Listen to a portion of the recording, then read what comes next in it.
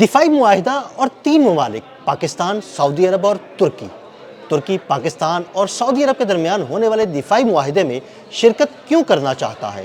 عامر رضا سے بات کرتے ہیں۔ عامر بھائی، کچھ خبریں زیر گردش ہیں، ترکی چاہتا ہے کہ پاکستان اور سعودی عرب میں جو معاہدہ ہوا ہے دفاعی معاہدہ، اس طرح کا معاہدہ اس کے ساتھ بھی ہو جائے اور یا اس معاہدے میں وہ شرکت کر لے۔ ہمارے ناظرین کو بتائیے گا آخر ترکی ایسا کیوں کرنا چاہتا ہے؟ دیکھیں، سب سے پہلی بات تو یہ ہے کہ ترکی وہ واحد ملک ہے جو کہ نیٹو کا رکن ہے۔ میں یہ بات اس لیے صرف شروع یہاں سے کر رہا ہوں کہ ترکی کو دفاعی تنظیموں کے اندر کام کرنے کا تجربہ حاصل ہے۔ یہ واحد مسلم ملک ہے، اور طیب اردوان جو اس کے صدر ہیں وہ ہمیشہ نیٹو کی طرز پر اسلامک نیٹو بنانے کی بات کرتے رہے ہیں، اور یہ بات میرا خیال ہے ہمارے وزیر اعظم شہباز شریف صاحب نے بھی قطر میں ہونے والے اجلاس میں کہی تھی کہ ایک اسلامی نیٹو بھی جو ہے اس کو ترتیب دیا جا سکتا ہے۔ اس کے بعد ہمارے وزیر مملکت برائے دفاعی امور ہیں رضا حیات حراج صاحب نے یہ کہا کہ ایک معاہدہ بن رہا ہے یا بن چکا ہے۔ یہ بی بی سی نے رپورٹ بھی کیا کہ یہ معاہدہ جو ہے اس میں سعودی عرب، پاکستان اور ترکی جو ہے وہ دفاعی طور پر سگنیٹریز ہوں گے اور مل کر کریں گے، لیکن مسئلہ یہ تھا کہ ترکی اور سعودی عرب کے تعلقات کبھی ایسے دوستانہ سے مراد یہ ہے کہ ایسے نہیں رہے، خوشگوار نہیں رہے یا یہ کہہ بہت لیں اچھے نہیں رہے کہ ان کا دفاعی معاملات میں کبھی آپس میں ایک دوسرے کے ساتھ رابطہ نہیں رہا ہے۔ اس میں ایک اگر برج ہے تو وہ پاکستان ہے، جس کے دونوں ملکوں کے ساتھ بہت اچھے تعلقات ہیں، یعنی سعودی عرب کے ساتھ بھی اور ترکی کے ساتھ بھی۔ لیکن میں پھر وہی بات کروں گا کہ جو کل خواجہ آصف نے بھی کہہ دی اور ان کے منہ سے بھی یہ بات نکلی کہ کوئی اس پاک سعودی عرب دفاعی معاہدہ، ایک پر حملہ دوسرے پر حملہ تصور ہوگا والے معاہدے کے اندر اس وقت تک کوئی ملک اور شامل نہیں ہوگا جب تک سعودی عرب اس کی اجازت نہ دے۔ یہ بڑی صاف اور واضح بات کرنی چاہیے۔ دو ملکوں کا مابین معاہدہ ہے کہ تیسرا فریق ساتھ شامل کرنا ہے تو دونوں کا ایگری ہونا۔ ہوں گے تو تبھی ہوگا۔ خواجہ آصف کی بات کو نیگیٹو نہ لیجئے، اس کا مطلب یہ، میں اس کو پازیٹیولی اس طرح لیتا ہوں کہ پاکستان تو ایگری ہے اور اس نے کہا کہ سعودی عرب سے ہم مشاورت کر رہے ہیں، اگر سعودی عرب بھی ایگری ہوتا ہے تو ترکی کو شامل کیا جا سکتا ہے۔ بلکہ ایک انٹرویو میں رضا حیات حراج نے یہ بات بھی کہی تھی کہ یہ اتحاد جو ہے یہ آگے چل کر ایک بڑا اتحاد، جیسے نیٹو کا ایک اتحاد ہے جس کے آرٹیکل 5 کے تحت ایک پر حملہ سب پر حملہ تصور ہوگا، اسی طرح کا ایک بڑا اتحاد بن سکتا ہے جس میں آذربائیجان بھی شامل ہے، جس میں چین بھی شامل ہے، جس میں باقی اسلامی ممالک کو بھی آہستہ آہستہ شامل کیا جا سکتا ہے۔ تو اس وقت اگر آپ دیکھیں تو خطے میں Pakistan leading from the front ہے اور لیڈ کر رہا ہے، سب اس کی طرف دیکھ رہے ہیں کہ وہ اس کو کس طرف لے کر جاتے ہیں۔ لیکن پاکستان اور سعودی عرب کا جو معاہدہ ہے یہ یونیک اس لیے ہے کہ ان دو ملکوں نے یہ طے کر لیا ہے کہ ان کا دفاع جو ہے وہ مشترکہ ہوگا۔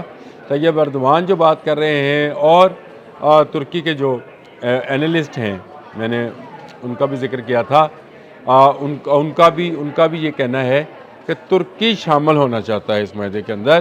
یہ معاہدہ ہے اتنا بہترین کہ دنیا کے باقی ممالک بھی اس میں شامل ہونا چاہیں گے۔ یہ وہ ایک معاہدہ ہے جو کہ آپ پر حملہ آوروں کی جارحیت کو روک سکتا ہے۔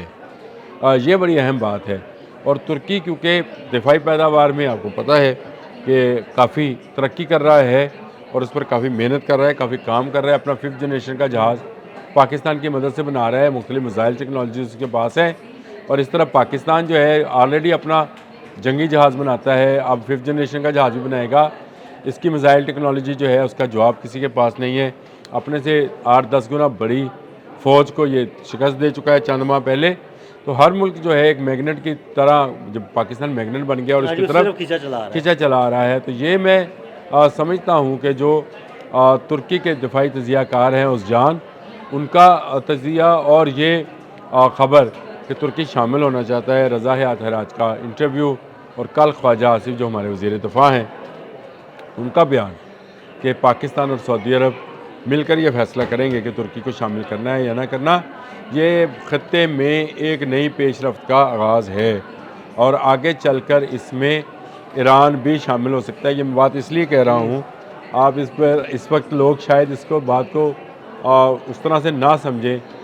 کل طیب اردوان نے اپنی پارلیمنٹ کے اندر یہ بیان دیا کہ ایران مشکل حالات سے دوچار ہے، بالکل ایسے کچھ نکل گیا ہے، کچھ اس نے نکل جانا ہے، اور ہم دعا گو ہیں کہ یہ نکل جائے اس میں سے.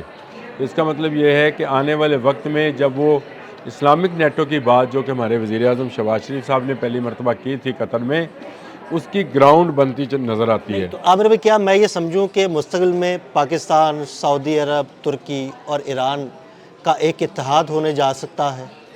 دیکھیں، جب آپ کا دشمن مشترک ہو تو آپ مشترکہ کیوں نہیں ہو سکتے ہیں؟ پہلی بات یہ ہے کہ آپ نے بھی پڑھا ہوگا، میں نے بھی پڑھا بچپن میں، RCD ہم نے پڑھا تھا ایک. وہ RCD میں کون کون سے ملک تھے؟ پاکستان، ایران اور ترکی، یہی 3 ملک تھے. تو اس کا مطلب ہے ان کو آپس میں اتحاد اور اتفاق کے ساتھ رہنا آتا ہے. یہ اس سے پہلے بھی ایسے معاہدات میں گو کہ وہ معاشی معاہدہ تھا، دفاعی معاہدہ نہیں تھا.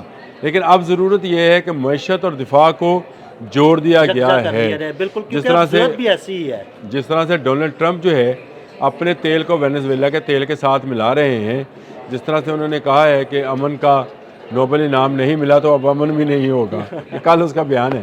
تو اس کا مطلب یہ ہے کہ اب تجارت اور دفاع اس کو الگ الگ خانوں میں تقسیم نہیں کیا جا سکتا. اگر آپ کا دفاع مضبوط ہے تو آپ کی تجارت صحیح ہے، کیونکہ آپ پر لوگوں کا جو اعتماد ہے یا کانفیڈنس ہے وہ زیادہ. آپ اس کی صرف ایک مثال لے لیجیے.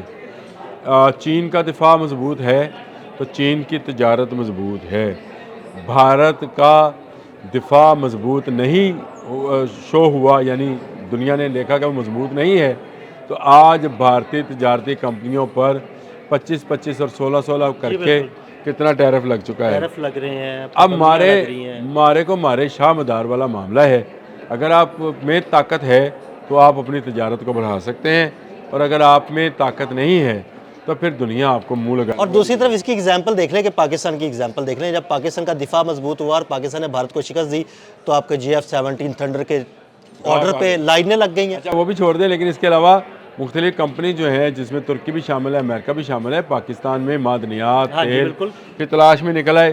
تو یہ مضبوط ملک جو ہیں وہی ہی سروائیو کریں گے. سروائیول فار دا فٹسٹ والا جو قانون ہے نا، یہ قانون یہاں پر دنیا میں اس وقت لاگو ہے. اور اگر آپ فٹ نہیں ہیں تو پھر آپ بھائی در فٹ ہیں، جو کہ بھارت ہے. میرا خیال تو یہی ہے. اور میں یہ سمجھتا ہوں کہ یہ معاملہ جو ہے تجارت کا اور دفاع کا یہ ملتا جلتا ہے. تو ترکی بھی اس طرف دیکھ رہا ہے. ایران پہلے سے ہی خواہش مند تو ہوگا، لیکن ایران کے لیے ابھی بہت سارے سٹیپس باقی ہیں. اگر یہ سٹیپس اٹھا لیے جائیں تو اسلامی دنیا کے لیے بہت بہتر ہے. لیکن فیصلہ وہی ہے جو حرمین شریفین سے آئے گا، اور پاکستان کے ساتھ مل کر کوئی فیصلہ ہوگا کہ کسی ملک کو شامل کرنا ہے یا نہیں کرنا. ہاں، اسلامک نیٹو کی ضرورت موجود ہے، جس کے آرٹیکل 5 نیٹو کی آرٹیکل 5 کے مطابق ایک پر حملہ سب پر حملہ ہے. تو یہ تو ابھی پاکستان اور سعودی عرب کا معاملہ ہے کہ ایک پر حملہ دوسرے پر حملہ ہے. کاش یا اللہ کرے، میں تو یہ کہوں گا کاش کو لفظ رہنے دیں، اللہ کرے انشاءاللہ کہ ایک پر حملہ تمام اسلامی ممالک پر حملہ تصور ہوگا اور اسلامک نیٹو بن کے رہے گی. بالکل، بہت شکریہ عامر رضا جی. بالکل، عامر رضا نے بڑی تفصیل کے ساتھ آپ کو بتایا کہ انشاءاللہ ایک وقت آئے گا جب اسلامک نیٹو بن کر رہے گی اور ایک اسلامی ملک پر حملہ دوسرے ممالک پر حملہ تصور ہوگا. عدیل احمد اور عامر رضا کو اجازت دیجیے گا. اللہ حافظ.